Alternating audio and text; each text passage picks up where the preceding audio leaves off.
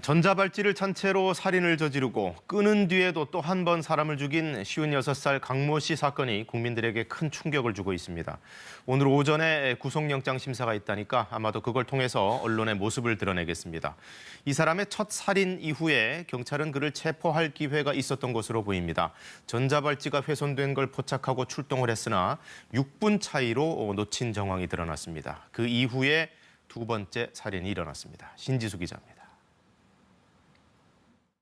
서울역 인근 도로가에 검은색 승용차가 멈추더니 한 남성이 내립니다.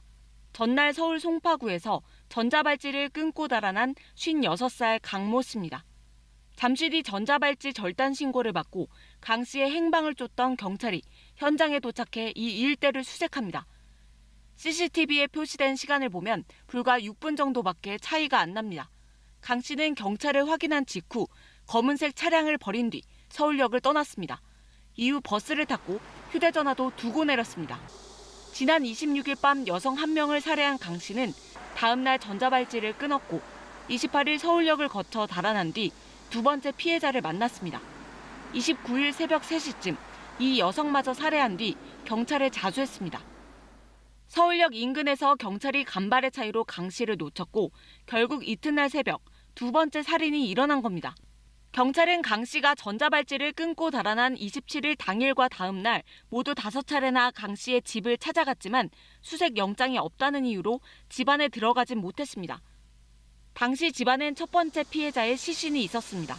좀 더 일찍 발견했더라면 더 적극적으로 강 씨 검거에 나설 수 있었을 거란 지적이 나옵니다.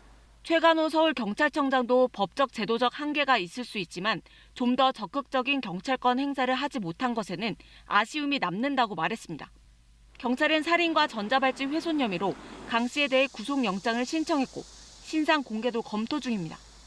한편 강 씨는 올해 5월 출소한 뒤 기초수급자로 선정돼 매달 주거급여와 생계비로 80여만 원을 받아 생활한 거로 확인됐습니다. 강 씨는 또 출소 뒤 처형 가족을 찾아갔다가 폭력 혐의로 신고를 당했지만 정식으로 입건되지는 않은 것으로 전해졌습니다. KBS 뉴스 신지수입니다.